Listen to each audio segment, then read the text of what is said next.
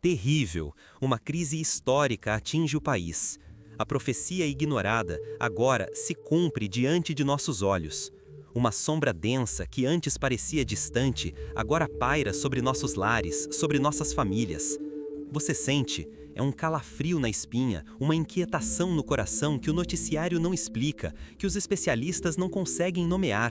Eles falam em economia, em política, mas nós, que já vivemos o suficiente para conhecer os ventos que anunciam a tempestade, sabemos que o buraco é muito mais embaixo. Há um vazio, um silêncio aterrador onde antes havia fé, onde antes havia segurança.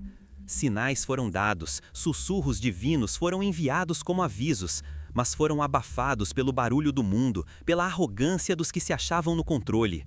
Agora, as consequências batem à nossa porta, e o medo, um medo antigo e paralisante, tenta se instalar em nossos corações. Fique comigo, pois o que você vai ouvir não é para os fracos, mas para aqueles que, no fundo da alma, ainda guardam uma centelha de esperança e buscam a verdadeira proteção que não vem dos homens, mas do alto. O que vemos hoje, minha amiga, meu amigo, é o reflexo de um afastamento, um esfriamento do espírito que adoeceu a raiz da nossa nação. Olhe ao seu redor, sinta o peso no ar. As conversas já não são as mesmas, a confiança se esvaiu como areia entre os dedos.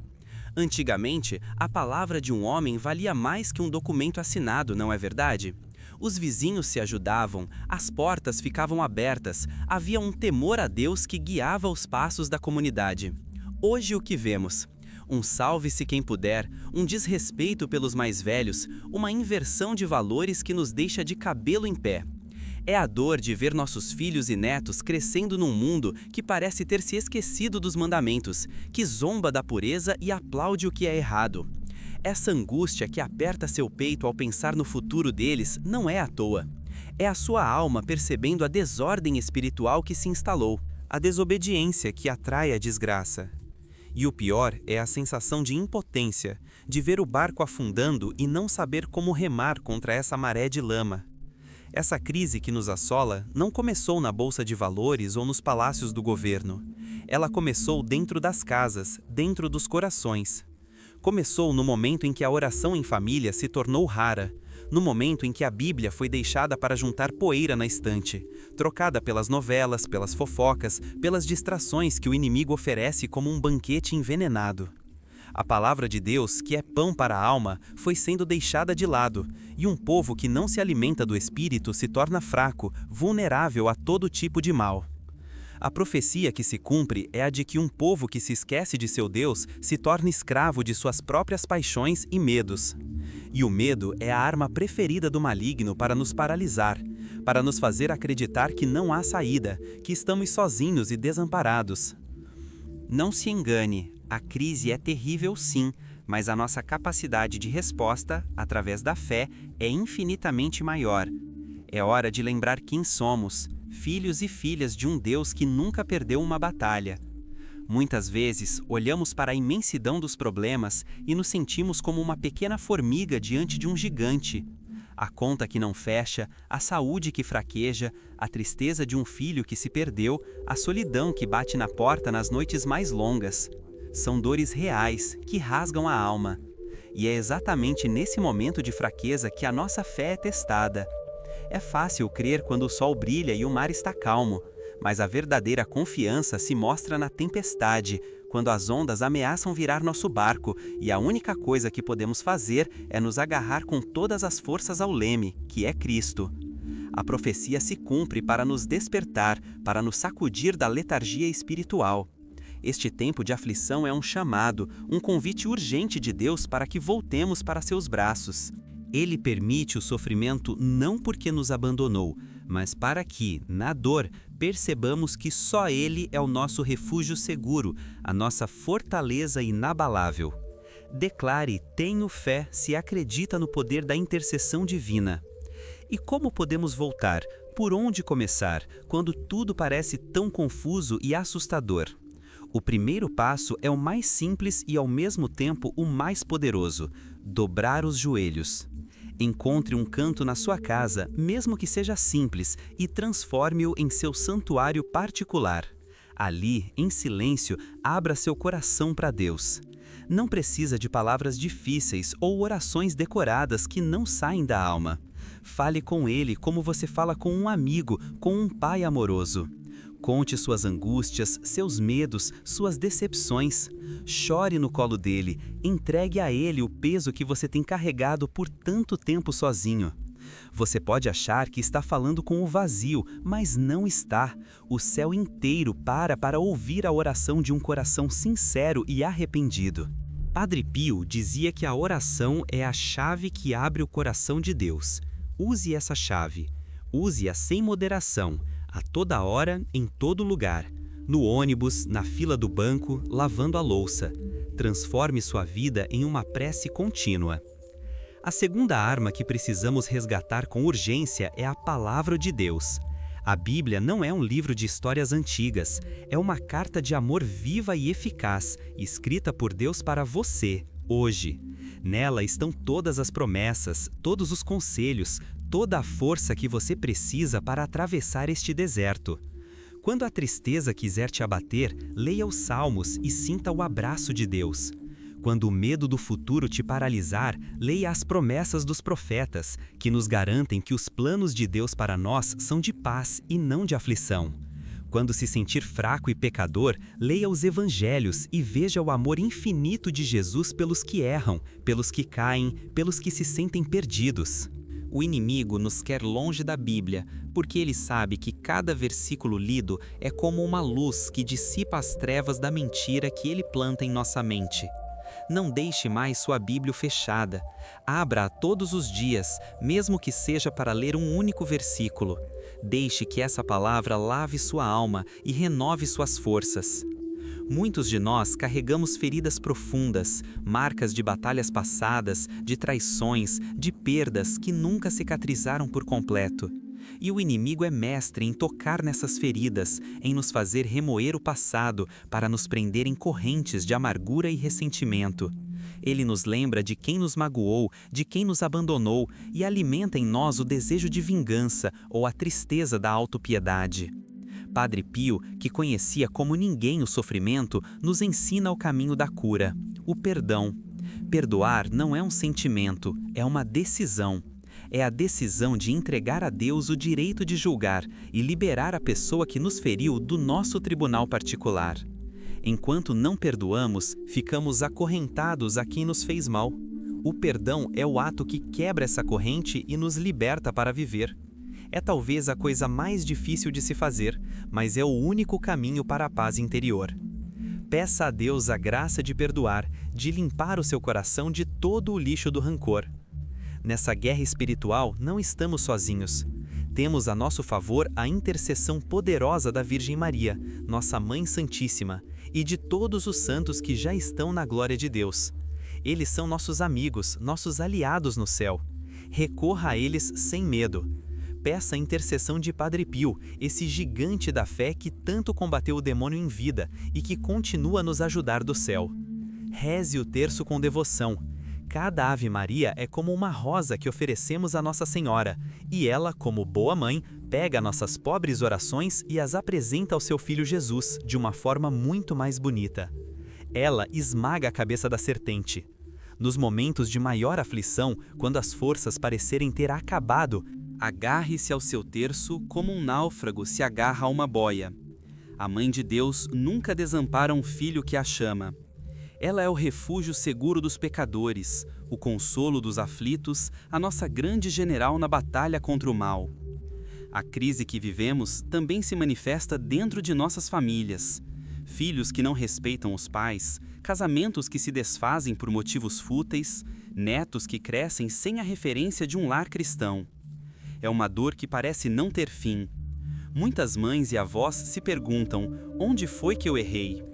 Quero te dizer uma coisa, não se culpe. A pressão do mundo é enorme e o inimigo trabalha incansavelmente para destruir a família, que é o projeto sagrado de Deus. Mas não desista de lutar pelos seus. A sua oração de mãe, de avó, tem um poder imenso. Lembre-se de Santa Mônica, que rezou por mais de 30 anos pela conversão de seu filho Agostinho, que vivia uma vida de pecados. Ela chorou, ela suplicou, ela perseverou e alcançou a graça. A sua perseverança na oração pode ser a única coisa que está protegendo sua família de males ainda piores.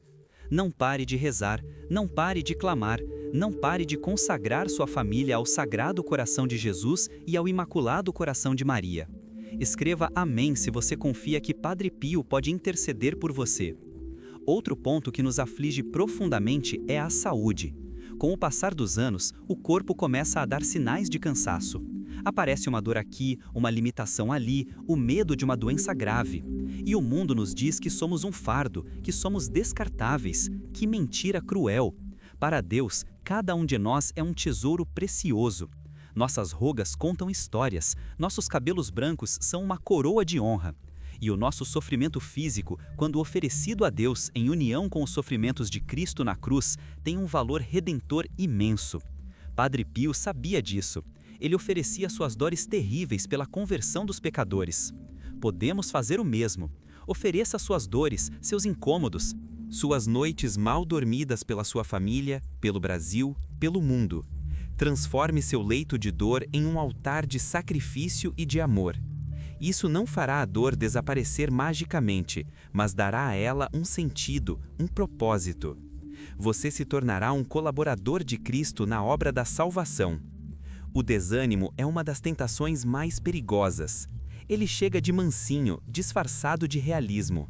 Ele nos diz que não adianta mais rezar, que as coisas não vão mudar, que Deus não está nos ouvindo. É uma nuvem cinzenta que tenta apagar o brilho da nossa esperança. Quando esse sentimento bater à sua porta, reaja com força. Lembre-se das inúmeras vezes em que Deus já agiu na sua vida. Lembre-se dos livramentos que Ele te deu, das graças que você alcançou, das portas que Ele abriu quando tudo parecia perdido. Faça um exercício de memória e de gratidão. Anote num caderno, se for preciso, todas as bênçãos que você já recebeu. A gratidão é um antídoto poderoso contra o veneno do desânimo. E se apegue à palavra de Deus que diz: Eu sei os pensamentos que tenho sobre vós, diz o Senhor, pensamentos de paz e não de mal, para vos dar o fim que esperais. Jeremias 29:11. Deus tem um plano, e o plano dele é bom, perfeito e agradável. Muitas pessoas se afastam de Deus porque se sentem sujas, indignas. Olham para os próprios pecados e pensam: Deus não pode me amar, eu errei demais. Se esse é o seu caso, eu preciso te contar a verdade mais libertadora que existe. O amor de Deus não depende do nosso merecimento.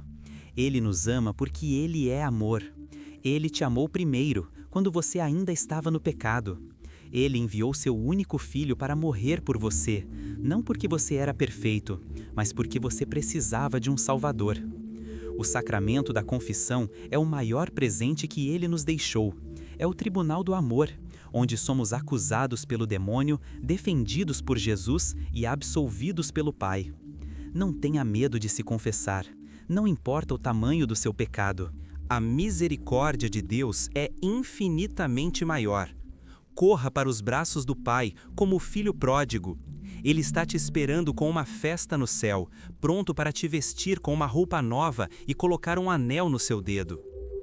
O medo do amanhã é algo que assombra muitos de nós. A aposentadoria que não é suficiente, a incerteza sobre como será a velhice, o medo da solidão e do abandono. São preocupações legítimas, mas não podemos permitir que elas roubem a nossa paz. Jesus nos disse para não nos preocuparmos com o dia de amanhã, pois a cada dia basta o seu mal. Ele nos convidou a olhar os lírios do campo e as aves do céu, que não trabalham nem guardam em celeiros, e mesmo assim o Pai Celestial as sustenta. E ele conclui: não valeis vós muito mais do que elas? Confiar na providência divina é um exercício diário. É entregar a Deus nossas preocupações e acreditar que Ele cuidará de nós em cada detalhe. Isso não significa ser preguiçoso ou irresponsável, mas trabalhar com diligência e, ao mesmo tempo, descansar na certeza de que não estamos no controle de tudo, mas aquele que está no controle nos ama com um amor infinito. A crise que vemos lá fora, nas ruas, é um espelho da guerra que travamos aqui dentro. A guerra contra a nossa própria impaciência, contra o nosso orgulho, contra a nossa língua, que muitas vezes é mais afiada que uma espada. Antes de querermos consertar o mundo, precisamos permitir que Deus conserte o nosso próprio coração. Precisamos pedir a Ele a graça da humildade, de reconhecer nossas próprias misérias e de não julgar o próximo. Precisamos pedir o dom da mansidão para não revidar a ofensa com ofensa, mas com uma palavra branda ou com o silêncio da oração. É uma luta diária, uma poda constante que dói, mas que é necessária para que possamos dar bons frutos. Cada pequena vitória sobre nós mesmos, sobre um pensamento ruim, sobre uma palavra de fofoca que deixamos de dizer, é uma grande vitória no mundo espiritual e contribui para a cura da nossa nação. É uma luta diária, uma poda constante que dói, mas que é necessária para que possamos dar bons frutos. Cada pequena vitória sobre nós mesmos, sobre um pensamento ruim, sobre uma palavra de fofoca que deixamos de dizer, é uma grande vitória no mundo espiritual e contribui para a cura da nossa nação. Deixe "eu confio" se acredita que Deus está preparando o melhor para a sua vida. Padre Pio era um homem de poucas palavras, mas de muita ação espiritual. Ele passava horas e horas no confessionário, absolvendo os pecados e curando as almas. Ele sabia que o pecado é a verdadeira doença, a raiz de todos os males. E ele combatia o pecado com a oração, com o jejum e com a penitência. Nós também podemos fazer nossa parte. O jejum não é apenas de comida. Podemos jejuar de palavras inúteis, de reclamações, de programas de televisão que sujam nossa mente e nosso espírito. Podemos jejuar do tempo perdido nas redes sociais e usar esse tempo para rezar um terço a mais, para ler a Bíblia, para visitar um doente ou para ligar para alguém que está sozinho. Cada pequeno sacrifício feito por amor a Deus tem um poder enorme de reparação pelos nossos pecados e pelos pecados do mundo inteiro. São essas pequenas atitudes que, somadas, criam uma muralha de proteção espiritual ao nosso redor e ao redor de nossa família. A profecia ignorada falava de um tempo em que o amor de muitos se esfriaria. E não é exatamente isso que estamos vendo? Um egoísmo generalizado, uma falta de compaixão com o sofrimento alheio? As pessoas passam umas pelas outras nas ruas como se fossem invisíveis. A nossa missão, como cristãos despertos, é ser um foco de calor nesse mundo gelado. É ser o sorriso que acolhe, a mão que se estende, o ouvido que escuta. Talvez você não possa resolver a crise financeira do país, mas você pode dar um prato de comida a quem tem fome. Talvez você não possa acabar com a guerra no mundo, mas você pode levar a paz para dentro da sua casa, sendo um instrumento de reconciliação. Comece onde você está. Olhe ao seu redor, quem precisa do seu amor hoje? Uma palavra de conforto, um gesto de carinho, uma pequena ajuda pode ser o sinal visível do amor de Deus na vida de alguém que estava prestes a perder a esperança. Muitas vezes, a nossa fé é abalada quando vemos pessoas más prosperando, enquanto nós, que tentamos andar no caminho certo, passamos por tantas dificuldades. É uma tentação pensar que não vale a pena ser honesto, que não vale a pena ser bom. O Salmo 37 nos dá a resposta: não te indignes por causa dos malfeitores, nem tenhas inveja dos que praticam a iniquidade, pois cedo serão ceifados como a erva e murcharão como a verdura.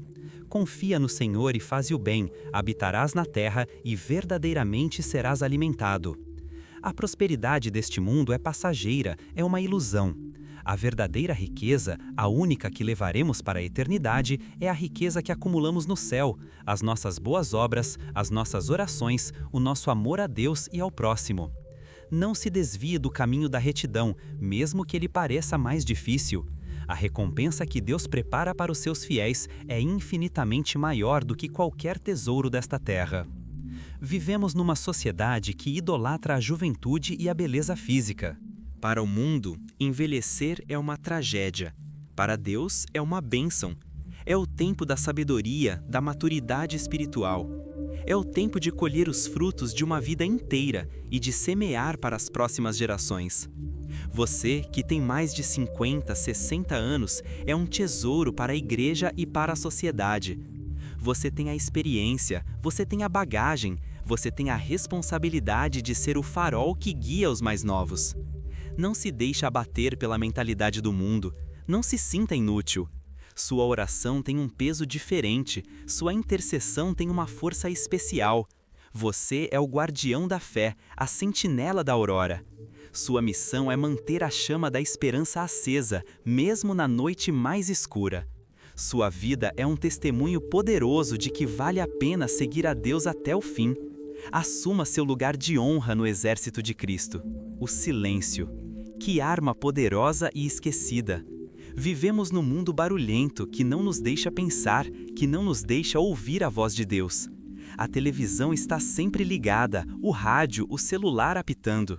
O inimigo ama o barulho, porque no barulho ele consegue nos confundir, nos agitar, nos distrair do essencial. Deus, ao contrário, fala no silêncio, no sussurro de uma brisa suave, como falou ao profeta Elias. Precisamos urgentemente redescobrir o valor do silêncio. Desligar as telas, desligar o barulho externo, para poder ouvir o barulho interno, as inquietações da nossa alma e, acima de tudo, para poder ouvir a voz suave de Deus que nos fala no coração. Reserve momentos de silêncio no seu dia, mesmo que sejam 5 minutos. Apenas fique quieto na presença de Deus. No começo pode ser difícil, a mente não para, mas insista. É nesse silêncio que as maiores batalhas são vencidas e as direções mais claras são recebidas. Escreva "Eu tenho esperança" se sabe que Deus nunca te abandona.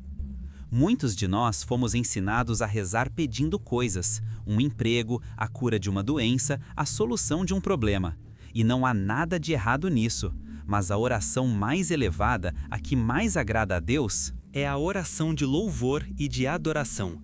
É reconhecer quem Ele é, o Criador de tudo, o Rei do Universo, a fonte de todo bem. Louve a Deus não apenas pelo que Ele faz, mas por quem Ele é. Louve-o na alegria e na tristeza. Louve-o na saúde e na doença. Louve-o na abundância e na dificuldade. Quando louvamos a Deus em meio à tribulação, estamos declarando com nossa atitude que a nossa fé nele é maior do que o nosso problema. Isso confunde o inimigo e move o coração de Deus. Cante louvores, mesmo que sua voz não seja bonita. Reze os salmos de louvor. Encha sua casa e seu coração com a atmosfera do céu, que é uma atmosfera de adoração contínua. A crise histórica que vivemos é, acima de tudo, uma crise de esperança. As pessoas perderam a capacidade de sonhar, de acreditar num futuro melhor. Mas a nossa esperança não se baseia nas promessas dos homens, que são falhas e passageiras. A nossa esperança tem um nome: Jesus Cristo. Ele venceu o mundo, ele venceu a morte. E ele nos prometeu que estaria conosco todos os dias, até o fim dos tempos. E nos prometeu mais: um lugar no céu, onde não haverá mais choro, nem dor, nem luto. Essa é a nossa verdadeira pátria, o nosso destino final. Viver com os olhos fixos no céu muda a nossa perspectiva sobre os problemas da terra. Eles não desaparecem, mas se tornam menores, relativos. Passamos a viver como peregrinos neste mundo, sabendo que o melhor ainda está por vir. Essa esperança teológica não é um otimismo vago, é uma certeza baseada na promessa daquele que é fiel para cumprir. Padre Pio tinha uma devoção imensa ao anjo da guarda. Ele o chamava de seu pequeno companheiro e conversava com ele o tempo todo. Muitas vezes nos esquecemos que temos ao nosso lado, 24 horas por dia, um amigo enviado por Deus para nos proteger, nos guiar e nos inspirar. Ele é um príncipe do céu, um guerreiro poderoso e está inteiramente ao nosso serviço. Converse com o seu anjo da guarda. Peça a ajuda dele nas dificuldades do dia a dia, nas tentações, nos perigos. Peça que ele te acorde para rezar, que ele te inspire bons pensamentos, que ele te proteja de acidentes.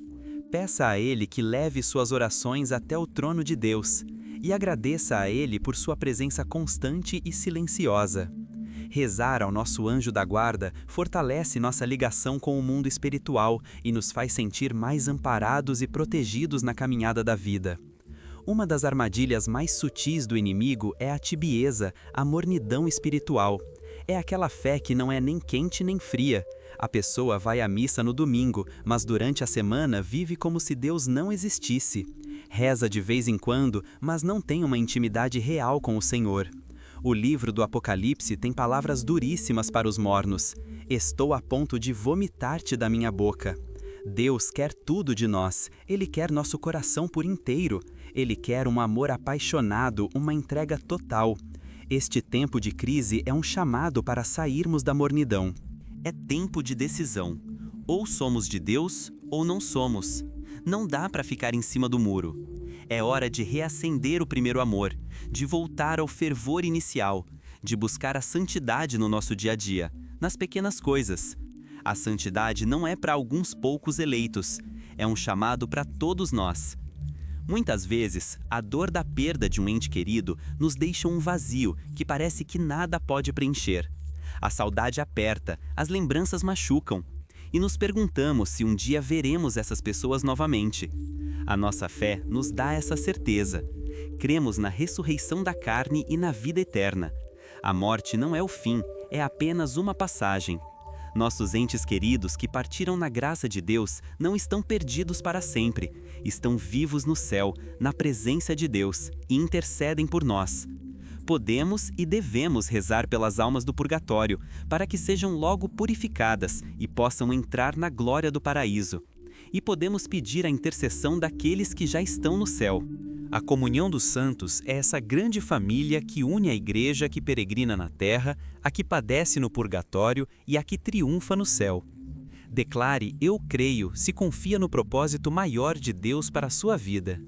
A Santa Missa é o centro e o cume da vida cristã, é o céu na terra, é o momento em que o próprio Jesus se faz presente em corpo, sangue, alma e divindade no altar.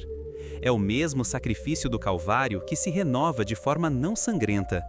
Se tivéssemos a real dimensão do que acontece em cada missa, como dizia Padre Pio, precisaríamos de anjos para nos escoltar até a igreja, de tanto respeito e temor.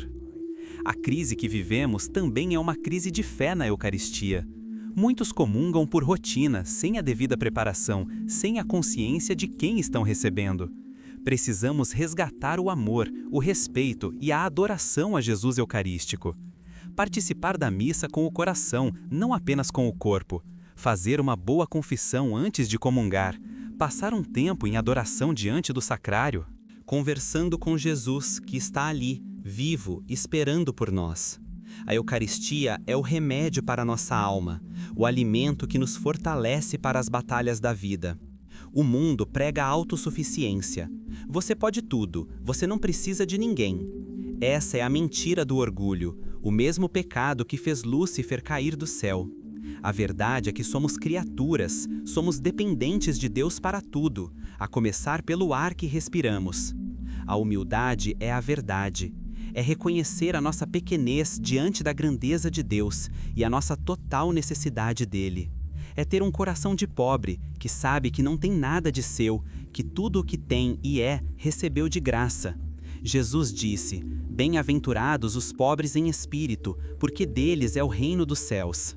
A humildade é a porta de entrada para todas as outras graças. Deus resiste aos soberbos, mas dá a sua graça aos humildes.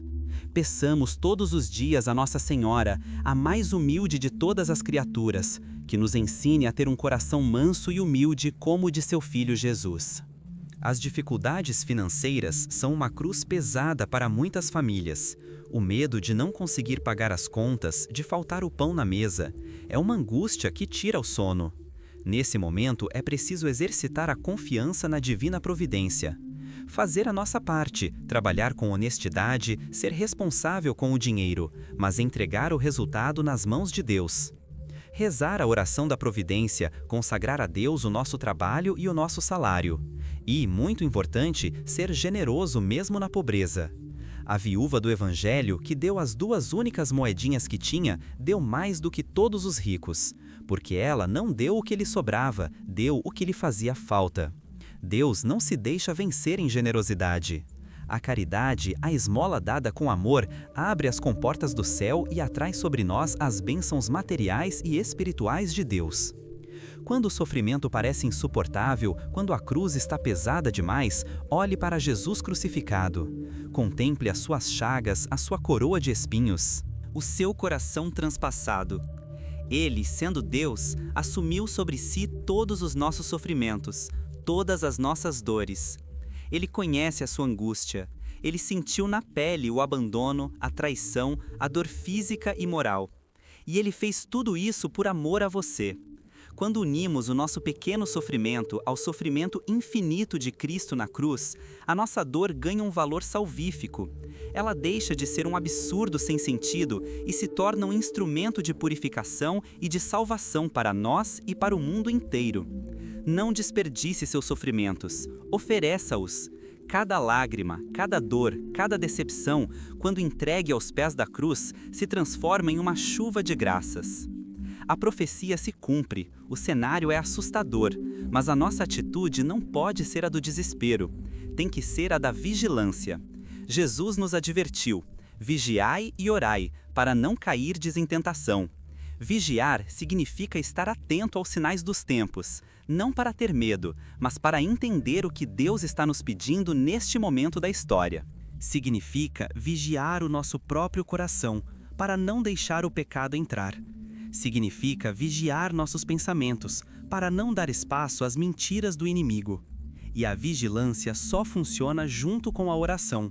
A oração é o combustível que nos mantém acesos, vigilantes, prontos para a vinda do Senhor. Não sabemos o dia nem a hora, mas sabemos que Ele virá.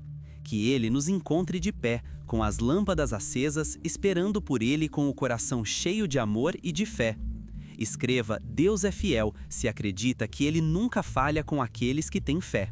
O sacramento da unção dos enfermos é outro tesouro da nossa igreja que muitas vezes é mal compreendido. Muitos pensam que é a extrema unção, que só deve ser chamado padre quando a pessoa já está morrendo. Isso não é verdade. Este sacramento é para dar força, paz e coragem ao cristão que está passando por uma doença grave ou pela velhice. Ele perdoa os pecados, se a pessoa não pode se confessar, e pode até mesmo trazer a cura física, se essa for a vontade de Deus para a salvação daquela alma. Não tenha medo de pedir a unção dos enfermos para você ou para um familiar que esteja doente. É um gesto de fé e de amor, um remédio poderoso para a alma e para o corpo, que nos prepara para enfrentar a doença com a graça de Deus e nos une mais intimamente à paixão de Cristo. Muitas vezes, a nossa fé é provada pela aparente demora de Deus em nos atender. Pedimos, pedimos, e parece que a resposta não vem. É a hora de exercitar a paciência e a perseverança. A paciência é a virtude dos santos. É saber esperar o tempo de Deus, que não é o nosso tempo. Deus tem uma visão completa da nossa vida. Ele sabe o que é melhor para nós e em que momento nos dar. A nossa visão é limitada. Às vezes, o que pedimos não é para nosso bem, ou ainda não estamos preparados para receber. Perseverar na oração, mesmo quando não vemos resultados, é uma grande prova de amor e de confiança. É dizer a Deus: Senhor, eu não entendo, mas eu confio. Eu continuo a bater na porta, porque sei que o Senhor é um Pai bom e que, na hora certa, o Senhor me atenderá da melhor forma possível. A fofoca, a maledicência, o julgamento, que armas de destruição em massa nas nossas comunidades e famílias. Uma única palavra dita sem caridade pode destruir uma reputação, acabar com uma amizade, criar uma inimizade que dura anos. Tiago, em sua carta, diz que a língua é um fogo, um mundo de iniquidade que inflama o curso da nossa vida. Precisamos pedir a Deus a graça de domar a nossa língua, de pensar 1000 vezes antes de falar algo sobre alguém. A regra de ouro deveria ser: o que eu vou falar edifica? É verdade? É necessário? Se não passar por esse filtro, é melhor ficar em silêncio. E quando ouvirmos uma fofoca, tenhamos a coragem de cortá-la pela raiz, de não passar adiante. Que nossas palavras sejam sempre para construir, para abençoar, para levar esperança e nunca para destruir. Nesses tempos difíceis, a união faz a força. O inimigo quer nos isolar, nos fazer acreditar que estamos sozinhos na nossa luta. Por isso é tão importante a vida em comunidade. Participar da sua paróquia, de um grupo de oração, de um movimento. Estar junto com irmãos que partilham da mesma fé nos fortalece, nos anima, nos corrige. É na comunidade que partilhamos nossas alegrias e nossas tristezas.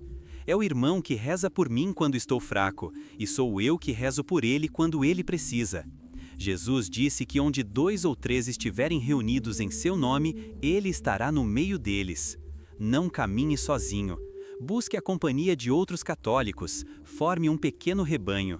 Juntos, somos mais fortes para resistir aos ataques do inimigo e para sermos uma luz no meio da escuridão do mundo. A crise que enfrentamos é um chamado à conversão, e converter-se não é um evento de um dia, é um processo de uma vida inteira. É morrer um pouco para nós mesmos a cada dia, para que Cristo viva em nós. É uma luta constante contra o nosso homem velho, egoísta e pecador, para dar lugar ao homem novo, criado à imagem de Deus. Essa luta exige disciplina, exige renúncia, exige o auxílio da graça de Deus, que obtemos através da oração e dos sacramentos. Não desanime com suas quedas. O justo, diz a Bíblia, cai 7 vezes por dia, mas se levanta. O importante não é não cair, mas levantar-se sempre, com humildade, pedir perdão e recomeçar a caminhada, confiando mais na misericórdia de Deus do que nas nossas próprias forças. Deixe, eu confio em Deus, se sente que sua vitória está chegando. Padre Pio nos ensinou com sua vida que o amor a Deus é inseparável do amor ao próximo. Ele fundou a Casa Alívio do Sofrimento, um hospital gigantesco para cuidar dos doentes, dos pobres, dos que mais sofriam. A nossa fé não pode ser desencarnada apenas de palavras e orações. Ela precisa se traduzir em obras concretas de caridade. A fé sem obras é morta, nos diz São Tiago. Olhe ao seu redor. Quem está sofrendo perto de você? Quem precisa de uma visita, de uma ajuda material, de uma palavra de consolo? Não espere grandes oportunidades para fazer o bem. Faça o bem que está ao seu alcance, hoje. Um pequeno gesto de amor feito por Deus tem um valor eterno. É isso que levaremos para o céu. No dia do nosso juízo, seremos julgados sobre o amor. Tive fome e me destes de comer, tive sede e me destes de beber. A modéstia no vestir, no falar, no agir. Que virtude esquecida e tão necessária. O mundo nos empurra para a sensualidade, para a vulgaridade, para a exibição do corpo como se fosse uma mercadoria. A modéstia cristã é o contrário disso. É o pudor, o recato, o respeito pelo nosso corpo, que é templo do Espírito Santo. É entender que a nossa verdadeira beleza não está do lado de fora, mas vem de um coração puro e de uma alma que reflete a beleza de Deus. Vestir-se com modéstia não é usar roupas feias ou antiquadas, é usar roupas decentes, que não sejam ocasião de pecado para nós nem para os outros. É uma forma de proteger a nossa pureza e a pureza do próximo. É um testemunho silencioso, mas eloquente, contra a ditadura da imoralidade que o mundo quer nos impor. A alegria. O cristão verdadeiro, mesmo em meio às tribulações, não pode perder a alegria. Não a alegria barulhenta e passageira do mundo, que depende das circunstâncias externas, mas a alegria profunda, que nasce da certeza de sermos amados por Deus, de sermos salvos por Cristo, de termos uma mãe no céu que cuida de nós. Essa alegria ninguém pode nos roubar. São Paulo, mesmo na prisão, escrevia: "Alegrai-vos sempre no Senhor." Repito, alegrai-vos. A alegria é um fruto do Espírito Santo, e ela é contagiante. Um cristão de cara amarrada, que só reclama da vida, é um contra-testemunho. Que as pessoas possam olhar para nós, mesmo em meio aos problemas que todos temos, e se perguntar: de onde vem a paz, a serenidade, a alegria dessa pessoa? E que a nossa resposta seja sempre: vem de Deus. O céu é o nosso objetivo. Não podemos nunca perder isso de vista. Estamos nesta terra de passagem. A nossa vida aqui é muito curta, é uma preparação para a vida eterna. Ter essa perspectiva nos ajuda a relativizar os problemas e a valorizar o que realmente importa. Vale a pena sofrer uma injustiça aqui na terra para ganhar o céu? Sim.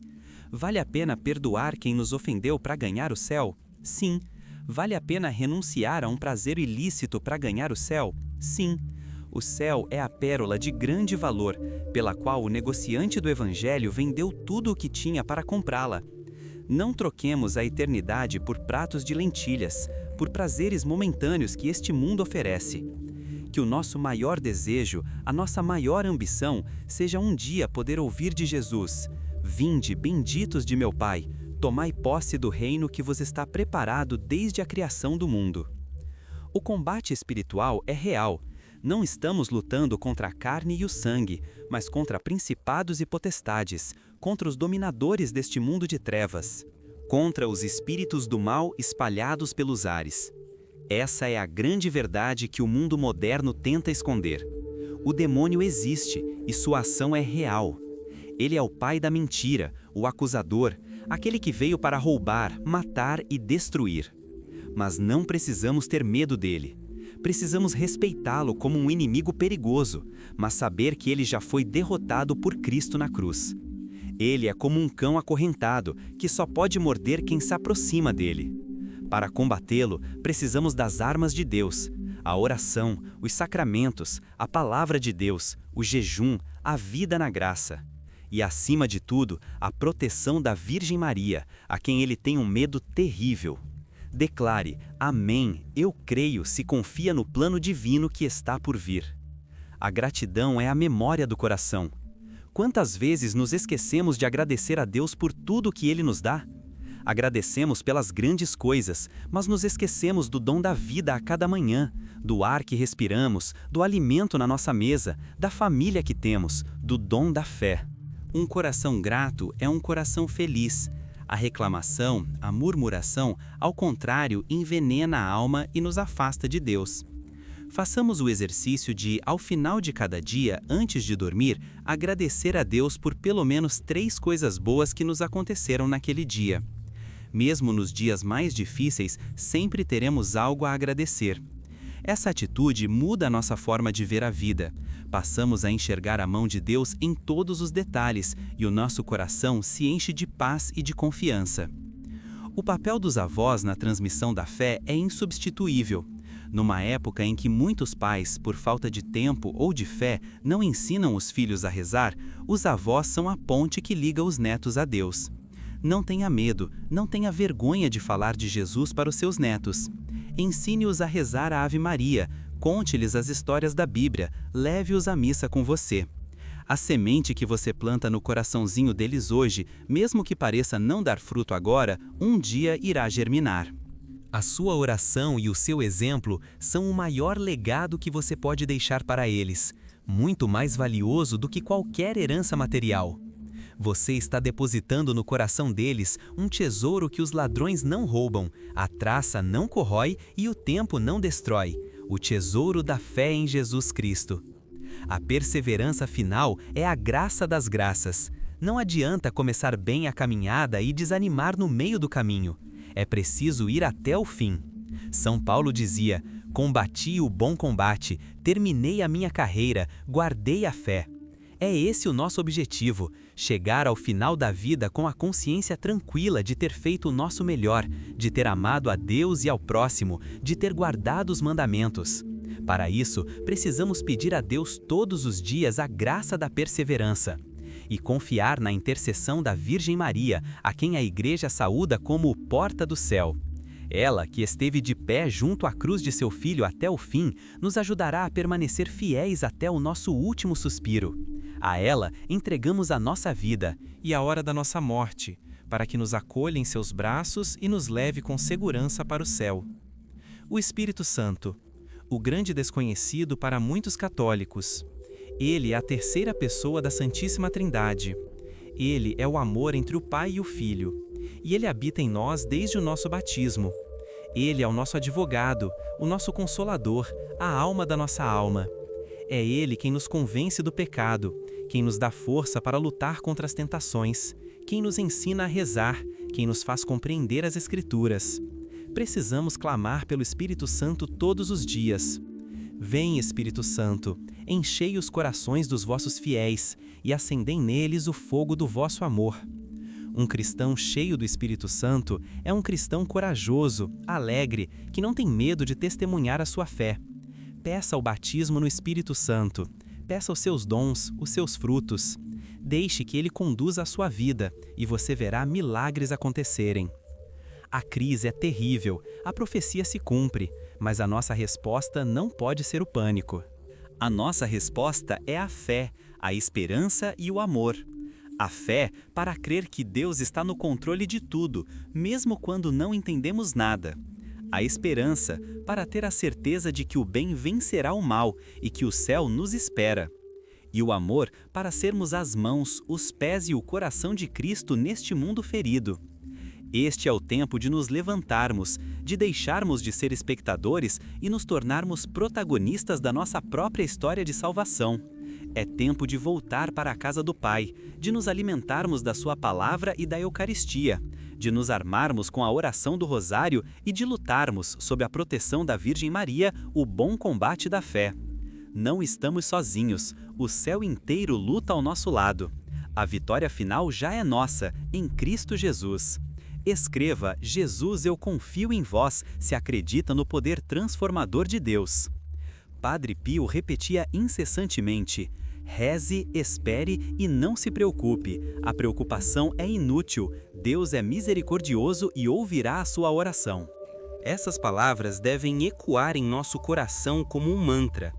A preocupação excessiva é uma falta de confiança em Deus.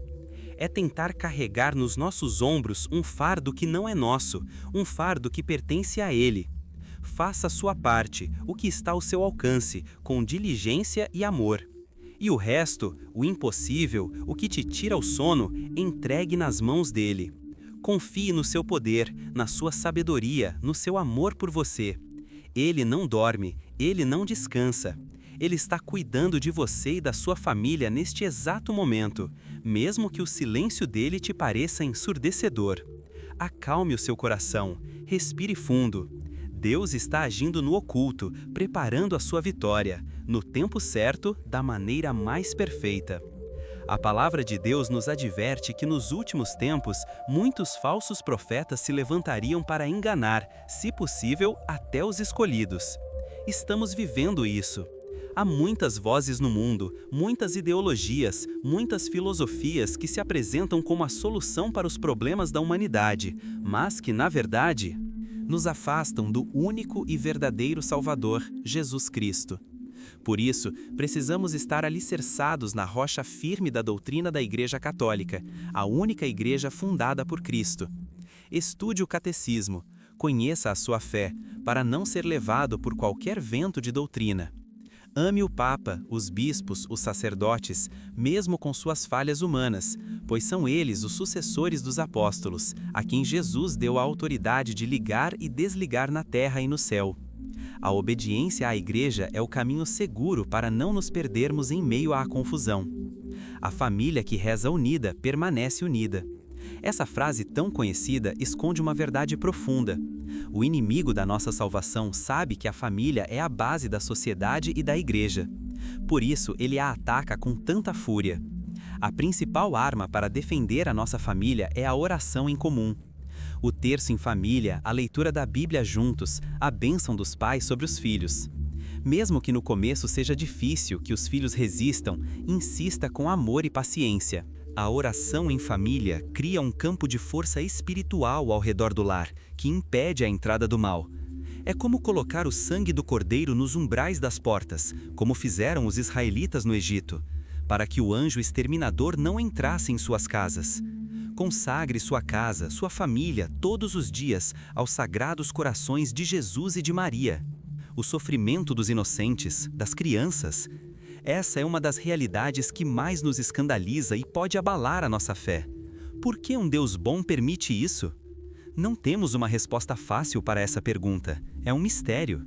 Mas a fé nos garante que Deus é justo e que nenhum sofrimento é em vão. Jesus disse: "Deixai vir a mim as criancinhas, porque delas é o reino dos céus." As crianças são as preferidas de Deus. E o sofrimento delas, unido ao sofrimento de Cristo, tem um poder imenso de reparação pelos pecados do mundo. Podemos e devemos fazer tudo o que está ao nosso alcance para aliviar o sofrimento das crianças, para protegê-las. e devemos rezar por elas, confiando que, no final, a justiça de Deus prevalecerá e que, para elas, está reservado um lugar especial no céu. A tentação de julgar a Deus, de questionar os seus caminhos, de se revoltar contra Ele quando as coisas não saem como queremos. É uma tentação sutil que se veste de justiça própria. Mas quem somos nós, pobres criaturas de barro, para julgar o Criador do universo? O profeta Isaías nos lembra: os meus pensamentos não são os vossos pensamentos, nem os vossos caminhos os meus caminhos, diz o Senhor. Porque, assim como os céus são mais altos do que a terra, assim são os meus caminhos mais altos do que os vossos caminhos, e os meus pensamentos mais altos do que os vossos pensamentos. O nosso papel não é entender tudo, mas confiar. É o abandono filial nos braços de um pai que nos ama infinitamente e que sabe o que faz, mesmo quando seus caminhos nos parecem incompreensíveis. O mundo está doente e a raiz de sua doença é o orgulho. A soberba de querer construir um mundo sem Deus, como na Torre de Babel. O resultado é a confusão, a divisão, a destruição. O remédio para essa doença é a humildade. E a maior escola de humildade é a contemplação do presépio e da cruz. No presépio, vemos um Deus que se faz pequeno, frágil, um bebê indefeso, para nos ensinar o caminho da simplicidade. Na cruz, vemos um Deus que se deixa humilhar, cuspir, escarnecer, para nos ensinar o caminho da obediência e do amor até o fim. Se queremos curar o nosso coração e ajudar a curar o mundo, precisamos nos matricular nessa escola de humildade de Jesus. Reconhecer a nossa dependência de Deus, servir aos nossos irmãos, especialmente os mais pobres, e não buscar as honras e os primeiros lugares deste mundo. A crise que atravessamos é um sinal claro de que este mundo, como o conhecemos, está passando. As estruturas que pareciam tão sólidas estão ruindo. Isso não é para nos causar pavor, mas para nos lembrar da nossa verdadeira esperança. São Pedro nos diz: nós, porém, segundo a sua promessa, esperamos novos céus e uma nova terra, nos quais habita a justiça. A nossa pátria não é aqui, somos forasteiros e peregrinos. Isso nos dá uma liberdade imensa. Não nos apegamos desesperadamente aos bens, ao poder, à fama deste mundo. Usamos as coisas deste mundo, mas o nosso coração está posto no alto, onde Cristo está sentado à direita de Deus. Viver com essa perspectiva escatológica, com os olhos fixos na eternidade, nos dá a força para suportar as tribulações do tempo presente com paz e com alegria. Padre Pio era um grande devoto de São Miguel Arcanjo. Ele sabia que São Miguel é o grande defensor da Igreja e das almas contra os ataques de Satanás. Em tempos de grande batalha espiritual como o que vivemos, precisamos recorrer com mais frequência e fervor a este grande príncipe celeste. Reze todos os dias a pequena oração a São Miguel Arcanjo que o Papa Leão XIII nos ensinou. São Miguel Arcanjo, defendei-nos no combate. Ensine essa oração aos seus filhos e netos. Tenha uma imagem dele em sua casa. Peça que ele proteja a sua família, a Santa Igreja e o nosso país das ciladas do demônio. Ele, que precipitou Lúcifer no inferno com o grito de "Quem como Deus?", nos ajudará a vencer o mal em nossa vida e a permanecer fiéis a Deus até o fim. A Eucaristia é o pão dos fortes, mas para recebê-la dignamente precisamos estar com a alma limpa. O sacramento da confissão é o banho da alma. É o presente que Jesus nos deu para que possamos sempre recomeçar, não importa o quão baixo tenhamos caído. Muitos católicos perderam o hábito ou têm medo de se confessar. Que engano! A confissão não é um tribunal de condenação, é um hospital de campanha onde Jesus, o médico divino, cura as nossas feridas mais profundas através do sacerdote. Não adie mais o seu encontro com a misericórdia de Deus. Faça um bom exame de consciência, com humildade e arrependimento sincero, e procure um sacerdote. A paz, a leveza e a força que você receberá após uma boa confissão são indescritíveis. É o abraço do Pai que te acolhe de volta em casa. Este tempo é um tempo de poda. A videira que não dá fruto, o Pai a corta. E a que dá fruto, ele a poda, para que dê mais fruto ainda.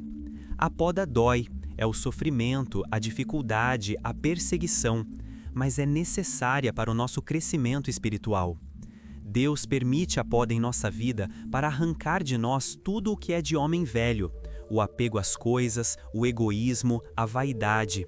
Ele quer que sejamos ramos fortes, capazes de produzir os frutos do Espírito Santo: amor, alegria, paz, paciência, benignidade, bondade, fidelidade, mansidão, autodomínio. Acolha a poda de Deus em sua vida não com revolta, mas com gratidão, sabendo que Ele está te preparando para coisas maiores, para uma fecundidade que você nem imagina. A fé é um dom de Deus, mas é também uma resposta nossa.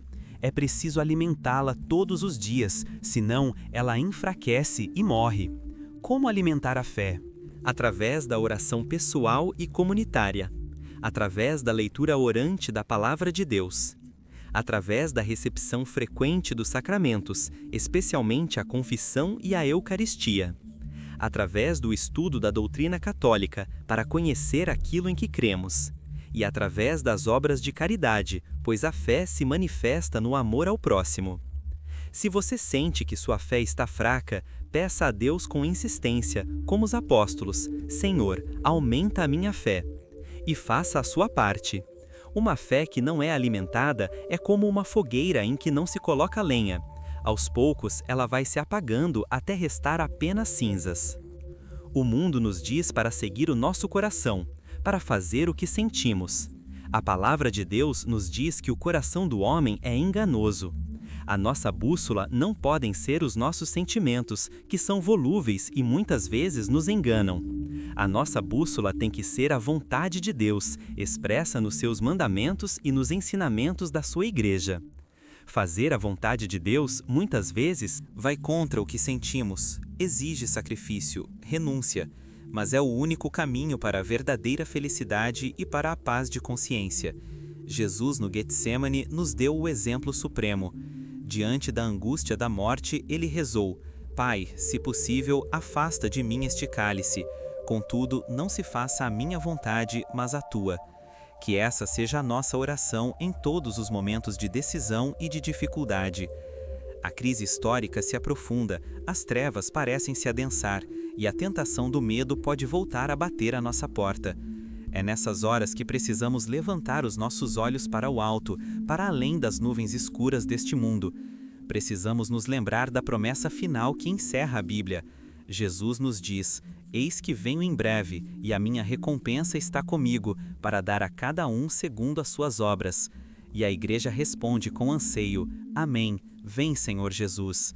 Essa é a nossa grande esperança, o farol que ilumina a nossa noite.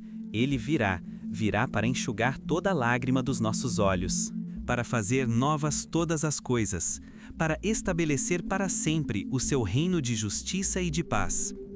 A profecia da crise se cumpre, sim, mas a profecia da vitória final de Cristo se cumprirá de forma muito mais gloriosa e definitiva. Portanto, não temam, pequeno rebanho. Coragem, o Senhor está perto, Ele está voltando, e a nossa libertação se aproxima.